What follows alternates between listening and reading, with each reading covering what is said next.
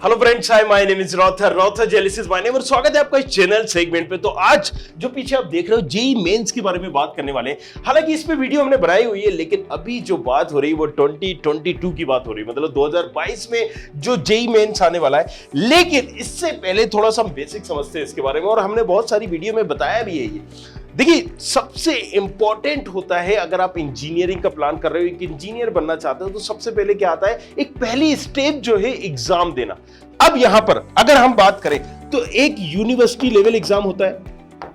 University level मतलब अलग अलग यूनिवर्सिटियों के लिए जो एग्जाम हो रहे होते हैं, उस यूनिवर्सिटी को एक्सेप्ट करने के लिए। मान लीजिए आपको एसआरएम जाना है, तो यहां पर एसआरएम जाना है, एसआरएम ट्रिपल ई का एग्जाम होगा।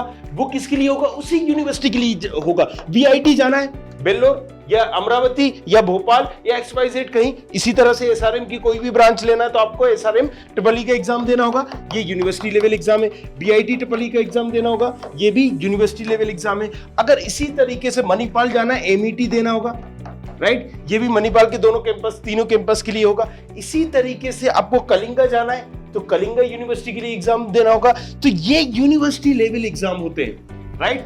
अब एक और होते हैं जो स्टेट लेवल एग्जाम होते हैं। स्टेट लेवल एग्जाम क्या होते हैं? लाइक किसी भी स्टेट के कॉलेजेस में एडमिशन लेने के लिए उस स्टेट का एक डेडिकेटेड एग्जाम होता है। देखो भाई, सीधी सी बात है, हर स्टेट के कॉलेजेस होते हैं, हर स्टेट में कॉलेजेस होंगे, इंजीनियरिंग के भी होंगे, दूसरे भी। मान लीजिए आपको इंजीनियरिंग करना है तो उस स्टेट के कॉलेजेस जो होते हैं वहां पर एक काउंसलिंग अथॉरिटी भी होती है, बॉडी होती है, जो उस स्टेट में जितने भी कॉलेजेस आते हैं मेक श्योर करती है कि देखो फर्जी वाला ना हो, देखो यहां पर रैंक के आधार पर नंबर मिल जाए। तो एक अथॉरिटी होती है, वो अथॉरिटी बोलती है कि ठीक है, हम जेईई मेन का स्कोर कार्ड एक्सेप्ट करेंगे, नहीं, हम तो अपना अलग एग्जाम रखेंगे। तो दोनों यहां पर क्लेसेस हो सकते हैं। तो कुछ स्टेट जो है वो अपना एग्जाम करा रही होती है, जैसे MSCET क्या हो गया ये महाराष्ट्र के लिए, राइट, बेवजी वेस्ट बंगाल के लिए। तो बेवजी, अगर आपको मान लीजिए वेस्ट बंगाल में कोई भी कॉलेज चाहिए, भले ही वो जादवपुर यूनिवर्सिटी क्यों ना हो, तो आपको बेवजी देना पड़ेगा। इसी तरीके से कॉमेट के, ये क्या है, कॉमेट के बेंगलोर सेंगलोर में अगर आपको चाहिए होगा तो ये एग्जाम देना पड़ेगा। तो इस तरीके से ये होगा स्टेट लेवल एग्जाम, राइट। अब एक UPSEE भी होता था, अब उसने कहा है नहीं ठीक है, हम जेईई मेन को ही एक्सेप्ट कर लेंगे। अब ये आपको समझना होगा। और तीसरा एग्जाम जो है, ये आप इसको बोल दो कि सेंट्रल लेवल का एग्जाम है, मतलब ये कॉमन एग्जाम है। कॉमन एग्जाम से मतलब क्या है मेरा? देखो, कॉमन एग्जाम मतलब सारे कॉलेजेस के लिए होगा भाई साहब। यहां पर इन्होंने क्या कहा, इन्होंने कह दिया कि भाई साहब ये हम जो एग्जाम दे रहे हैं ना, ये सारे कॉलेजेस के लिए होगा और हम सब में एक्सेप्ट करेंगे। तो यहां पर किस किस में एक्सेप्ट कर रहे हैं? IITs, NITs, triple IITs, right, ये सारे कॉलेजेस सारी चीजों को एक्सेप्ट करेंगे। सो IITs पहले हुआ, ये जो कि हो गए 23 करीब, NITs हुआ, ये हो गए 29 करीब, 30 हो गए समथिंग, ट्रिपल IITs हुआ, ये हो गए करीब आपके 25, राइट, GFTIs हुआ, सो ये हो गए करीब आपके 23, 24। सो ये समथिंग इन कॉलेजेस के लिए एक जेईई मेन मतलब सेंट्रल का एक एग्जाम है, जो कि ये सारे कॉलेजेस टॉप कॉलेजेस हैं। लेकिन इसके बाद बहुत सारी स्टेट के कॉलेजेस भी हैं, राइट। अब उन्होंने कहा कि हम भी भाई साहब जेईई मेन को एक्सेप्ट करने लगेंगे। क्यों? क्योंकि जेईई मेन क्या है? एक कॉमन एंट्रेंस एग्जाम है। अब जरा हम पीछे जाएंगे तो देखा होगा आपने कि MBA कर रहा है तो क्या दे रहे होते हैं? केट दे रहे होते हैं एम्स के लिए। अगर हम यहां पर मेडिकल MBBS करना चाहते हैं तो क्या होता है? कॉमन एंट्रेंस एग्जाम नीट है, नीट दे रहे होते हैं। इसी तरीके से अलग अलग है, लॉ के लिए क्लेट दे रहे होते हैं, राइट। तो यही इंजीनियरिंग के लिए एक जो कॉमन एग्जाम है वो जेईई मेन है। और फिर जेईई मेंस में से भी जो 15-20% बच्चे क्वालिफाई होते हैं उनको एडवांस देने का मौका मिलता है, और एडवांस से मिलते हैं IITs, राइट। सो अब इन्होंने कर दिया कि एडवांस से IITs मिलेंगे और यहां पर जेईई मेन से NIT, ट्रिपल IIT, GFTIs मिलेंगे। लेकिन अब कुछ स्टेट के कॉलेजेस ने, कुछ स्टेट की जो अथॉरिटी है, बॉडी है, जो यहां पर मेक श्योर करती है कि उस स्टेट के कॉलेजेस में एडमिशन मिले और पारदर्शिता रहे, उन्होंने बोला कि नहीं यार, जेईई जो मेन एग्जाम है ना, ये बड़ा अच्छा है और हम भी इसको एक्सेप्ट करेंगे, हम अपना खुद का एग्जाम नहीं कराते, चलो हम एक्सेप्ट करेंगे। कुछ स्टेट ने कहा नहीं, अब हमारा चल रहा है, हम चलने देंगे, हाँ हम 15% सीट रिजर्व कर देते हैं, किसके लिए? जेई मेन के लिए, किसी ने कहा हम 20% सीट रिजर्व कर देते हैं, किसके लिए? जेई मेन के लिए। लेकिन कुछ स्टेट ने अभी भी अपना पर्टिकुलर जेई मेन को टोटल ही 100% सीट रिजर्व कर दी है, किसके लिए? जेई मेन के लिए। तो इसी में से अगर हम बात करें, मान लीजिए एमपी में भी, तो एमपी में सारे कॉलेज जेई मेन के स्कोर को एक्सेप्ट करते हैं, यूपी में भी अब हो गया है, राइट। सो अगर एमपी में हम कितने भी आप कॉलेजेस ले लो, मैं अभी 100 कॉलेजेस की लिस्ट आपको बता दूंगा, एचजीएसआईटी, डीएबीबी, जेईसी, एमआईटी, 14 पर इवन आरजीबीवी के अंदर जितने भी कॉलेजेस आते हैं, भले वो टीआईटी, एसआईआरटी, एलएनसीटी, ट्यूबर, सो ये सब कॉलेज। इसी तरह से यूपी के सारे कॉलेज, अब हारकोट बटलर एक अलग यूनिवर्सिटी है तो उसका यूनिवर्सिटी लेवल एग्जाम होगा। लेकिन आपने जो एपीजे अब्दुल कलाम के अंदर जितनी भी आती है, भले वो केएनआईटी हो, आईआईटी हो, बुंदेलखंड यूनिवर्सिटी हो, एक्सवाईजेड हो, अजय गर्ग कॉलेजेस हो या जेएसएस कॉलेज, सभी, राइट। सो इन्होंने जेई मेन को ही एक्सेप्ट कर लिया है कि अब जेई मेंस के आधार पर ही होंगे। इसी तरह से धीरे धीरे कुछ स्टेट आ रही हैं और कुछ स्टेट ने अभी XYZ% दे दिया है, इसलिए जेई मेन बड़ा इंपॉर्टेंट हो जाता है। और ये जो वीडियो बना रहा हूं ये बिल्कुल मैं बेसिक लोगों के लिए बना रहा हूं कि आप समझ सको कि जेई मेन क्यों देना जरूरी है। तो अब अगर आप देख रहे हो तो 70 से 80% कॉलेजेस जो हैं वो जेई मेन को एक्सेप्ट कर रहे हैं, कहीं ना कहीं डायरेक्टली इनडायरेक्टली। और अगर हम बात करें इंडिया की टॉप कॉलेजेस में से भी, राइट, जेई मेन को 70 से 80% कॉलेजेस जो हैं, राइट, वो जेई मेन को ही एक्सेप्ट करते हैं। ओवरऑल भी 70-80% और यहां भी टॉप कॉलेजेस में भी जो टॉप लेवल के वो भी 70-80 करते हैं। लेकिन कुछ कॉलेजेस हैं, राइट, वो अपना अभी भी करा रहे होते हैं, जैसे टॉप कॉलेज है bits, right, bits Goa, bits Pilani, bits Hyderabad, लेकिन ये बिटसेट कराता है। तो राइट, इसका मतलब ये है कि ज्यादातर कॉलेज जो जेई मेन को ही दे रहे होते हैं, इसलिए ये बड़ा इंपॉर्टेंट हो जाता है इस एग्जाम्स को सीरियस लेना। चलिए अब हम बात कर लेते हैं जेई मेंस के बारे में, 2022 के बारे में। तो अब ज्वाइंट एंट्रेंस एग्जामिनेशन, जैसे कि नाम से समझ में आ रहा है, अब ये देखिए क्लियर यहाँ पर दिया हुआ है, एनआईटीज 31 एनआईटीज के लिए है, 25 ट्रिपल आईटीज के लिए, 19 जीएफटीआईज के लिए, यहाँ पर इन सारे कॉलेजेस के लिए किसमें बीटेक प्रोग्राम के लिए और आर्किटेक्चर प्रोग्राम के लिए जेई मेन हो रहा होता है। किसके लिए? बीटेक और आर्किटेक्चर के लिए। अब बीटेक में सारी ब्रांचेस के लिए, पर ऐसा नहीं है कि मतलब कंप्यूटर साइंस चाहिए तो नहीं मिलेगा। अगर इंजीनियरिंग करना चाहो तो भले ही आप वहां पर सीएस से करो, आईटी से करो, कंप्यूटर साइंस से करो, मतलब या मैकेनिकल, सिविल, इलेक्ट्रिकल, इलेक्ट्रॉनिक, किसी से भी करो, राइट, सभी ब्रांचेस के लिए। अब ब्रांचेस पे भी हमने वीडियो बनाए हुए कि मोर देन 300 ब्रांचेस होती है, माइनिंग में भी होती है, मरीन में भी होती है, प्लास्टिक में भी होती है, टेक्सटाइल में भी होती है, राइट, सब में होती है। सो पेट्रोकेमिकल भी है, केमिकल भी है, उसके बारे में हम कभी और बात करेंगे। सारे ब्रांचेस के लिए, सारे कॉलेजेस के लिए लगभग ये जेई मेन दिया जाता है। अब अगर हम इसके इंपॉर्टेंट पॉइंट की बात कर लें तो जैसे कि आपको देख रहा है यहाँ पर 3 घंटे का ये एग्जाम होता है। टोटल आपके जो नंबर होते हैं 300 नंबर्स होते हैं। टोटल सेशन की अगर हम बात करें तो देखो पहले एक सेशन होता था, लेकिन पिछले 2 साल से गवर्नमेंट ने ये कहा कि चलो भाई हम 2-3 सेशन लेंगे। तो पिछली बार तो 4 सेशन हुए थे इसके, राइट, लेकिन इस बार फिर से सुनने में आ रहा है सिर्फ 2 सेशन होंगे, राइट। अब इन्होंने फिक्स कर दिया है कि हम 2 ही सेशन लेंगे। कितने लेंगे? 2। तो पिछली बार तो 4 लिए थे, लेकिन आप 2 ही लेंगे। 13 लैंग्वेज में होता है, अलग अलग लैंग्वेज में, जिसमें कंफर्ट। एग्जामिनेशन कैटेगरी तो किसमें होता है? Under graduate level exam. मतलब जाहिर सी बात है ना, 12th की बात कर रहे हो ना आप, किसमें एडमिशन लेने के लिए कर रहे हो? इंजीनियरिंग क्या है? इंजीनियरिंग के अंडर ग्रेजुएट कोर्सेज उसके लिए होता है। तो एलिजिबिलिटी क्या होगी? एलिजिबिलिटी होगी 12th वाले स्टूडेंट, राइट। सो पीसीएम से अगर तुमने कर रखा है फिजिक्स, केमिस्ट्री, मैथ और तुम्हारे उसमें 50% है, आप एलिजिबल हो। कंडक्टेड बॉडी कौन सी है? कोई भी टेस्ट, कोई भी एग्जाम जब कोई करा रही होती है तो एक अथॉरिटी बॉडी होती है। तो यहां की बॉडी कौन सी है? एनटीए, राइट, एनटीए है। पर्पस क्या है? एडमिशन टू टॉप कॉलेजेस, या आप बोल सकते हो एनआईटीज, ट्रिपल आईटीज और जीएफटीआईज में। इसके अलावा और भी जो टॉप कॉलेजेस, जैसे मैंने बोला कई स्टेट गवर्नमेंट कॉलेजेस भी इसको एक्सेप्ट करने लगे। तो टॉप इंजीनियरिंग कॉलेजेस में एडमिशन लेने के लिए जेईई मेन हो रहा होता है, जिस तरीके से टॉप एमबीए कॉलेजेस में एडमिशन लेने के लिए केट होता है। उसके अलावा भी बहुत होते हैं, सीमेट होता है, मेट होता है, जेट होता है, राइट, स्नेप होता है। लेकिन इंपॉर्टेंट क्या होता है? कि इसी तरह से इंजीनियरिंग में एडमिशन लेने के लिए सिर्फ जेई मेन नहीं है, लेकिन 70 से 80% कॉलेज इसको एक्सेप्ट करते हैं। उसके अलावा भी होता है, बिटसेट होता है आपका, बेबजी होता है आपका, राइट, इसके कॉमेट क्या होता है आपका, आप जाओगे तो यहाँ पर बहुत सारे एग्जाम होते हैं। क्लियर है? चलिए अब हम आगे बढ़ते हैं। अगर हम नेक्स्ट करें कि यहाँ पर mode of examination computer based होगा, टेस्ट सेंटर हर सिटी में टेस्ट मिल जाएंगे, आपको सिर्फ चूज करना होगा कि भाई साहब आप किस सिटी में जाना चाहते हो। ऑफिशियल वेबसाइट की बात करें तो यहां पर आपको मिल जाएगा, और इसकी दूसरी जेई मेन से रिलेटेड भी वेबसाइट है। इंपॉर्टेंट डेट्स की बात कर लेते हैं, 2022 में कौन कौन सी डेट्स है। तो देखो यार, इन्होंने 1 मार्च से एप्लीकेशन फॉर्म वगैरह आ गई थी, 8 अप्रैल तक चलेंगे, आप भर सकते हो जाके, right. Last date to fill form 31 March दी गई है, और इसके बाद मई सेशन के लिए अब 3 मई उसका दिया गया है। तो अब मैं क्लियर कर दूं, किसी ने अगर ये फर्स्ट सेशन नहीं दिया तो क्या सेकंड सेशन दे सकता है? यस, बिल्कुल दे सकता है, क्योंकि गवर्नमेंट ये बोल रही है कि आप कोई भी एक एग्जाम दे दो। देखो मेरे हिसाब से तो दोनों देना चाहिए आपको, क्योंकि अगर इसमें आपके अच्छे नंबर नहीं आए तो इसमें आ जाएंगे।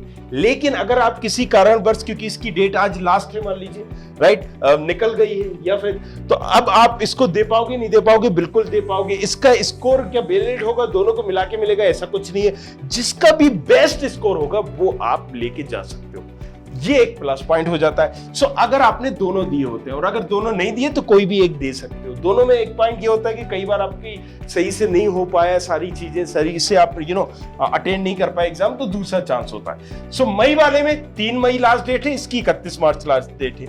एग्जाम की अगर हम बात करें, जो सिटीज वगैरह है तो अभी आपको 1 अप्रैल से मिल जाएंगी, इसमें फर्स्ट वीक में मिल जाएंगी। रिलीज ऑफ एडमिट कार्ड अप्रैल में आ जाएंगे, ये मई में आएंगे, क्योंकि ये मई में होने वाला है। एग्जाम डेट की बात करें तो ये होगा अप्रैल में, और ये होगा मई में, राइट। अगर अप्रैल की बात करें तो 21, 24, 25, 29, 1, 4 अप्रैल को, 1 और 4 मई को होने वाला है। कौन सा? ये अप्रैल वाला सेशन। और मई वाला सेशन अगर हम बात करें तो 24, 25, 26, 27, 28, 29 को होने वाला है, राइट। डिस्प्ले आंसर की और ये सारी चीजें आपको अभी अनाउंस नहीं हुई है, बट ऑफिशियल वेबसाइट पर और हमारे इस चैनल पर आपको पता चल जाएगी।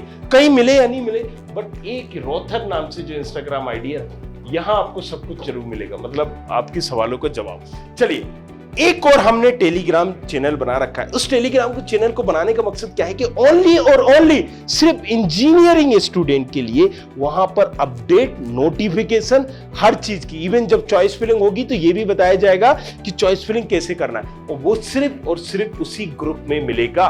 और अभी वो ग्रुप बिल्कुल फ्री ऑफ कॉस्ट है, जिसने ज्वाइन कर लिया। बाद में हो सकता है पैसा सही से हम मिले, हाँ, राइट। सो कुछ लोगों के लिए अभी ये बिल्कुल फ्री ऑफ कॉस्ट है। चलिए, लेटेस्ट अपडेट इन जेईई में, लेटेस्ट अपडेट की बात कर लेते हैं। The number of session has been decrease from 4 to 2 session. पहली चीज मैंने अभी आपको बताया था, पहले एक ही सेशन होता था, अब क्या होने लगा है, अब 4, पिछले साल 4 हुए थे, तो इन्होंने क्लियर बोला है कि अब 4 से भाई साहब हम 2 पे हो जाएंगे। क्या कह रहे हैं ये? 4 से अब 2 हो जाएंगे। There will be negative marking for both session, MCQ में भी और न्यूमेरिकल क्वेश्चंस में भी होगा। तो अब यहां पर दोनों में, एमसीक्यू टाइप के क्वेश्चंस में भी, जिसमें आप जय माता दी करके लगा देते थे, उसमें भी नेगेटिव मार्किंग होगी और न्यूमेरिकल में भी होगी। Candidate are to download and install the Sandes app to their smartphone, that will be secondary channel to receive notification from NTA. ये सबसे अच्छी चीज हुई है। क्या है ये? एक एप्लीकेशन इन्होंने दे दी है, जैसे यहां पर आया था ना, अपना गवर्नमेंट ने अलग अलग दिए थे कि भैया ये ऐप डाउनलोड करो, वो ऐप डाउनलोड करो। तो अब इंजीनियरिंग स्टूडेंट को इन्होंने ये दे दिया है कि आप SNDS इस नाम से जो एप्लीकेशन है, प्ले स्टोर से जाओ, डाउनलोड करो, और ये आपको नोटिफिकेशन, अपडेट, सारी चीजें बताती रहेगी। तो ये बड़ी सबसे अच्छा प्लस पॉइंट हुआ आपको। नहीं तो कई ऐसी फर्जी वेबसाइट भी बीच में बन गई थी, राइट, जिन्होंने यहाँ पर सारी चीजें ले ली। सो अब आपको एक अथॉरिटी एक यहाँ पर मिल रही है, जिसके थ्रू आप सारी अपडेट पा सकते हो। The application process has been slightly and enable candidate to fill the form easily and smaller section. तो सीधी सादी घुमा फिरा के अगर हम बात करें तो कई चीजें सहूलियत भरी दे दी गई। अच्छा, इस ऐप से याद आया कि हमने भी एक एप्लीकेशन लॉन्च कर रहे हैं इंजीनियरिंग स्टूडेंट के लिए, जो कि डेडिकेटेड आपकी सारी काउंसलिंग के बारे में अपडेट होगी।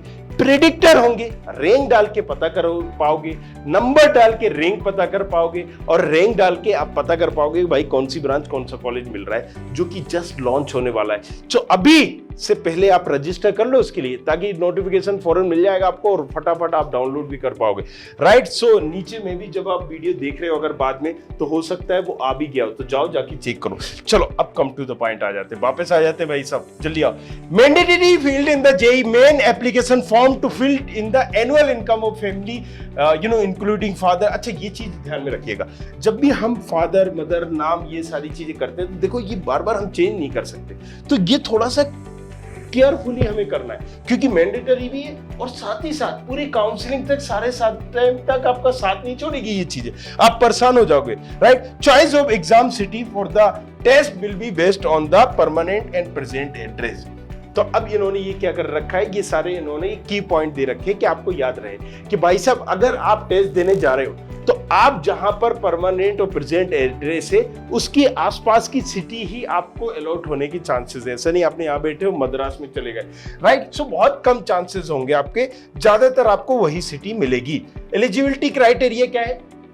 एलिजिबिलिटी क्राइटेरिया 12th के बाद, 12th में मिनिमम आपका परसेंटेज आना चाहिए, 50% आना चाहिए पीसीएम में, राइट। अब अगर हम बात करें कि यहाँ पर male candidate unreserved OBC candidate के लिए, so for central in India की 650 रुपए की फीस है, right. For centres outside India की 3000 फीस है। आउटसाइड इंडिया से मान लीजिए, क्योंकि यहाँ पर एनआईटीज जैसे कॉलेजेस हैं, राइट, आईटीज एनआईटीज है ना, तो बहुत सारे बाहर से भी भर रहे हो, पाकिस्तान से या बांग्लादेश से या XYZ अदर कंट्री से, राइट। सो जो लोग वहां से भर रहे हैं उनके लिए फीस 3000 है, ये आपके मतलब की नहीं है, राइट। फीमेल कैंडिडेट के लिए 325 रुपए है, राइट।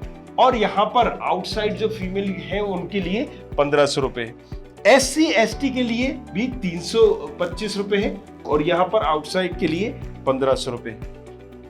चलिए अगर हम डॉक्यूमेंट रिक्वायर की बात करें तो आप ऑब्वियसली आपको अपना पासपोर्ट साइज का photo, Aadhaar card, class 10th certificate, caste certificate अगर आपके पास हो। ये क्या है, क्यों इंपॉर्टेंट है? क्योंकि देखो ये आपको डिसाइड कर रहा होगा, बड़ा रिजर्वेशन कोटा होता है अगर आप एनआईटीज में देखो, अगर आप दूसरे उसमें देखो कॉलेजेस में, सो ये बेनिफिट मिलता है आपको SC ST का। कई बार जहां आपको 10,000 के अंदर रैंक में नहीं मिलना कॉलेजेस, तो SC में 1 लाख के प्लस चला जाता है। सो ये कास्ट सर्टिफिकेट भी लगेगा, अगर आप नहीं लगाओगे तो बड़ा मुश्किल हो जाएगा, लिखना पड़ेगा। बेनिफिट लो ना जब है तो, right. Caste certificate, domicile certificate, क्यों डोमिसाइल क्यों भाई? जिस स्टेट के हो वो डोमिसाइल लगाओ, नहीं लगाओगे तो क्या नुकसान होगा? एक एग्जांपल बताता हूं, कई स्टेट में रिजर्वेशन क्राइटेरिया होता है, महाराष्ट्र का देख लो 85% रिजर्वेशन क्राइटेरिया, इसी तरह से MP का सिर्फ 10% सीटें बाहर वाले बच्चों के लिए होती हैं, 90% सीटें, 85% सीटें सिर्फ और सिर्फ मध्य प्रदेश के बच्चों के लिए ही है। तो अगर आपने डोमिसाइल नहीं लगाया और आप मध्य प्रदेश के हुए, इसका मतलब क्या है? जो ब्रांच आपको 10,000 की रैंक में मिलनी थी, या मान लीजिए 1 लाख की रैंक में आपको मिल जाती, अब आपको 30,000 40,000 की रैंक में भी लाले पड़े हुए हैं और आपको नहीं मिल रही है। जो ब्रांच आपको 1 लाख अगर आपकी रैंक ज्यादा भी होती, राइट, सो यहां पर आपको वो मिल जाता। ये ड्रॉबैक है, तो ये जरूरी लगाए। डेबिट क्रेडिट कार्ड से आप पेमेंट कर सकते हैं, पासपोर्ट अगर आपके पास हो तो लगा सकते हैं, कंपल्सन नहीं है। क्लास 12 मार्कशीट, राइट, नहीं है तो आप इसका एनरोलमेंट कार्ड जो आता है वो लगा सकते हैं। प्रूफ ऑफ डेट सर्टिफिकेट ये वगैरह आप लगाएंगे। तो proof of date of birth क्या होता है, राइट। सो देखना इसमें और इसमें अलग अलग ना हो, 10th में और इसमें। चलिए एप्लीकेशन फीस की अगर हम बात करें, चलिए सो एप्लीकेशन फीस की अगर हमने बात वहां पर कर ली है, ये थोड़ा सा इन्होंने वो कर दिया है, ये एप्लीकेशन फीस पीछे आनी चाहिए थी। चलिए एज लिमिट की अगर हम बात करें, कोई भी एज लिमिट नहीं है जेईई मेंस के लिए, राइट। अब अगर हम एज लिमिट के साथ साथ बात करते हैं एजुकेशनल क्वालिफिकेशन, तो अगेन मैंने बोला था 12th होना चाहिए या उससे रिलेटेड इक्विवेलेंट होना चाहिए, किसी रिकॉग्नाइज बोर्ड से होना चाहिए। ऐसा नहीं मतलब हम संस्कृत बोर्ड, ये बोर्ड, फला बोर्ड, दिमाग बोर्ड, जिससे किसी ने सुना ही ना हो उस बोर्ड का नाम। Number of attempt candidate can appear in the exam 3 countries area for the time of passing of 12th। मतलब अब इस साल से 2 बार आप अटेंड कर सकते हो। Compulsory subject in qualifying exam, right, कौन कौन से कंपल्सरी सब्जेक्ट है? तो बीटेक अगर करना हो तो फिजिक्स, केमिस्ट्री, मैथ, राइट। अगर आपको यहां पर आर्किटेक्चर करना है, फिजिक्स, केमिस्ट्री, मैथ, और इसके बी प्लानिंग में मैथमेटिक्स ये सारे आपके सब्जेक्ट कंपलसरी होते हैं, राइट। सो मेनली अगर मिनिमम परसेंटेज इन क्लास करें तो no minimum percentage require to eligible अगर आप पास हैं, किसमें, क्योंकि यहां पर देखिए एक चीज आपको, सॉरी मैंने आपको एक और गलत इंफॉर्मेशन दे दी। मैं जब से आपसे बोल रहा था कि 12th में मिनिमम 50% होना चाहिए, तो ये जो एग्जाम हो रहा है देखा जाए तो ये तो 12th के पहले ही हो रहा है ना, राइट। मेरा जो जहन में था वो IIT NIT IIIT के लिए काउंसलिंग में अपियर होने के लिए कितना परसेंटेज चाहिए। I am so sorry for that. So यहाँ पर आपको 12th क्योंकि आप तो कर रहे होगे ना, तो उसमें किसी तरह का नो परसेंटेज रिक्वायर है। आपने अगर यहाँ 11th करने के बाद 12th में अपियर ही हो गए हो तो आपका एलिजिबिलिटी क्राइटेरिया क्या हो जाएगा कि आप 12th में पढ़ रहे हो। जब आपका एग्जाम रिजल्ट आएगा तो आपके पास 12th भी होना चाहिए। आप काउंसलिंग तभी अटेंड कर पाओगे जब आपके पास 12th होना चाहिए। सो इसके लिए मैं माफी चाहता हूं, बट यहां पर अभी मैं क्लियर कर देता हूं कि एलिजिबिलिटी क्राइटेरिया आपका ये होगा कि आप 12th में पढ़ रहे हो या पढ़ चुके हो। तो ज्यादातर बच्चे 70-80% बच्चे वही होते हैं जो 12th में होते हैं, राइट। चलिए नेक्स्ट एग्जाम पैटर्न की अगर हम बात करें तो यहां पर आप देख सकते हो मैथमेटिक्स का, राइट। इसमें से आपके 20 MCQ होंगे, 10 न्यूमेरिकल होंगे, टोटल कितने होंगे 30 क्वेश्चंस होंगे। कंप्यूटर बेस्ड टेस्ट होगा ये। अगर हम फिजिक्स से बात करें तो इसमें से भी 20 MCQ होंगे, 10 न्यूमेरिकल होंगे, केमिस्ट्री में भी 20 होंगे, 10 मतलब घुमा फिरा के बात करें 30 90 क्वेश्चंस आपके आएंगे। अगर अब हम बात करते हैं बी आर्किटेक्चर का, तो यहां पर भी वही थ्योरी है।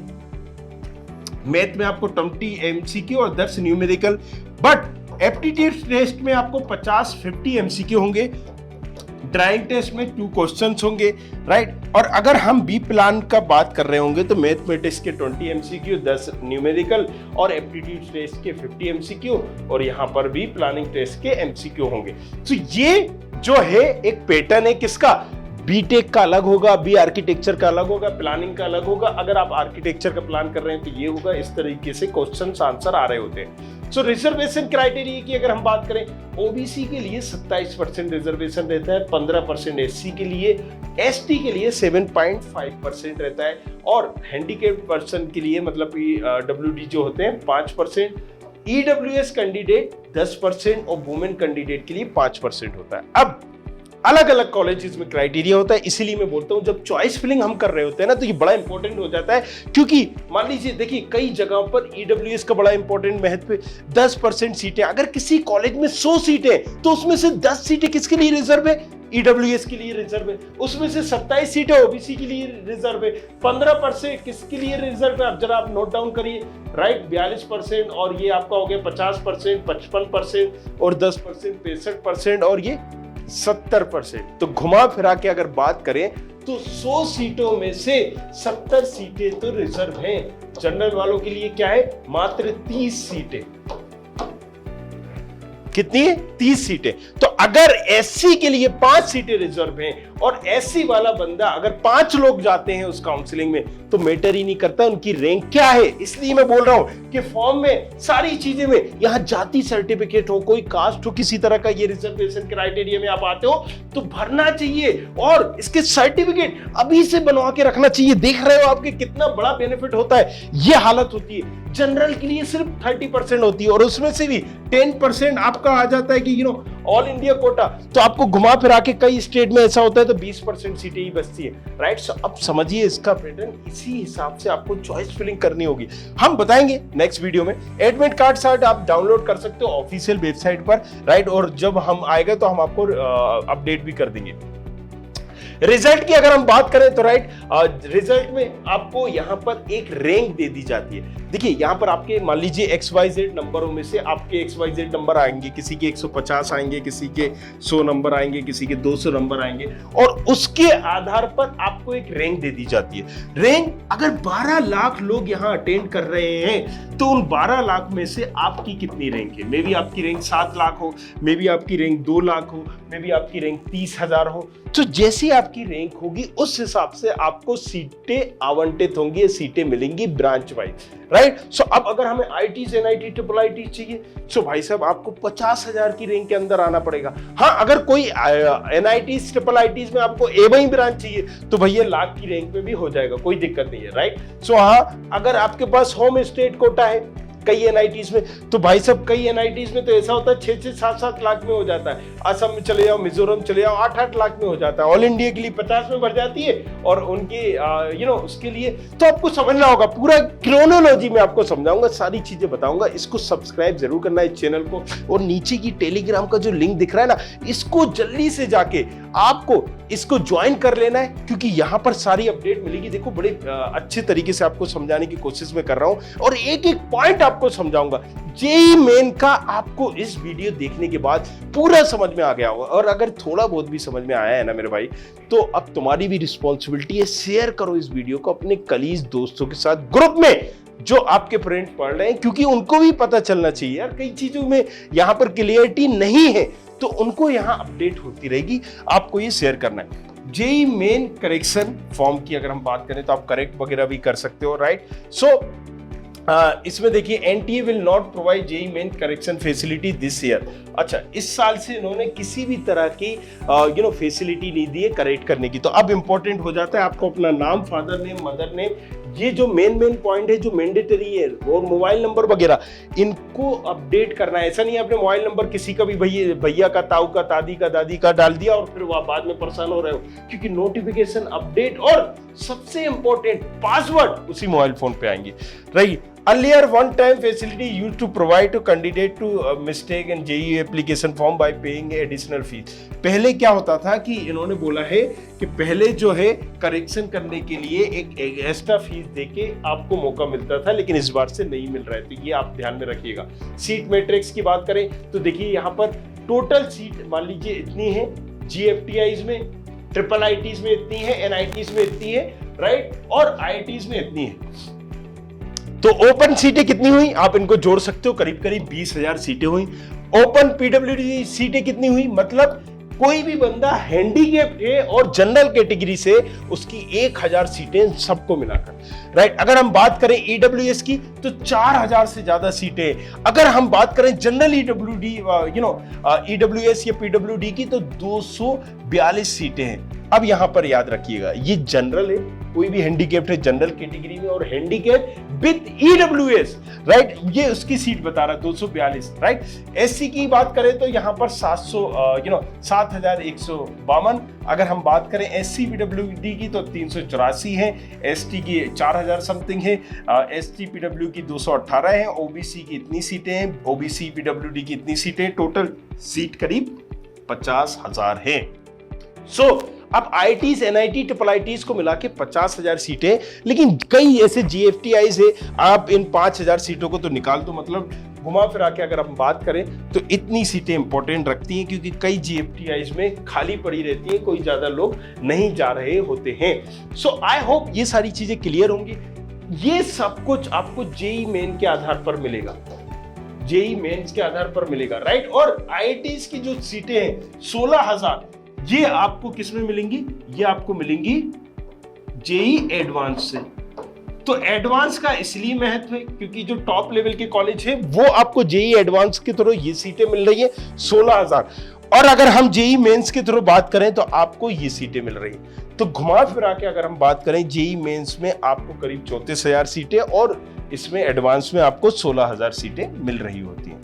काउंसलिंग की बात करें तो देखो यहाँ पर जोसा काउंसलिंग होती है और बची हुई सीटों पे सी-सेप काउंसलिंग होती है। तो जोसा काउंसलिंग में भी एक रिजर्वेशन क्राइटेरिया होता है, 6 राउंड तक चल रही होती है, पहले 7 राउंड पे चलती थी लेकिन अब 6 राउंड पे चल रही होती है।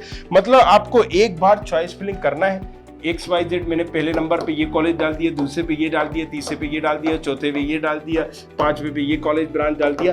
अब आपको उसके हिसाब से वो सीटें अलॉट होती जाएंगी रैंक पे और ऊपर आप आते जाओगे। काउंसलिंग पर भी हमने एक सेपरेट वीडियो बनाया हुआ है, समझाने के लिए पूरा सब कुछ बताया हुआ है कैसे क्या करना है, क्योंकि काउंसलिंग बड़ा इंपॉर्टेंट पार्ट है।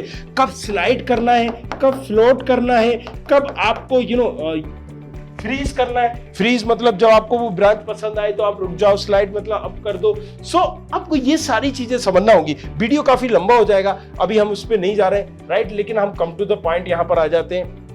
काउंसलिंग प्रोसीजर में कि दो तरीके से काउंसलिंग प्रोसीजर हो रही होती है। एक तो होती है यहाँ पर जोसा की काउंसलिंग। तो जोसा में क्या हो रहा होता है कि आपको एक बार आपने चॉइस भर दिए सारे कॉलेजेस को, 6 राउंड तक आपको मिलता रहेगा। इसके बाद भी अगर सीटें बचती है, क्योंकि 6 राउंड में तो आपको मिल ही रही है, फर्स्ट राउंड में बच गई, सेकंड में मिलने के चांसेस, सेकंड में बच गई, थर्ड में मिल गई, तो जिसको जब लॉक करना हो जिस राउंड में वो कर सकता है। लेकिन इनके बाद भी अगर सीटें बचती हैं, किसमें, एनआईटीज में, ट्रिपल आईटीज में, जीएफटीआईज में, तो वहां पर सीसेब होती है, राइट। तो सीसेब एक अलग से काउंसलिंग होती है बची हुई सीटों पे, इसमें भी मौका मिलता है, उसके बारे में भी बताएंगे। और इसके बाद अलग अलग स्टेट की काउंसलिंग होती है और ये कई स्टेट जेईई मेन को एक्सेप्ट करती हैं। सो आई होप कि जेईई मेंस की इंपॉर्टेंट आपको समझ में आई होगी, आपको समझ में आया होगा कि कितना इंपॉर्टेंट ये एग्जाम है। अगर इंजीनियरिंग का प्लान कर रहे हो, नहीं करी ना, तो ये आपकी जिंदगी का सबसे गलत डिसीजन हो जाएगा।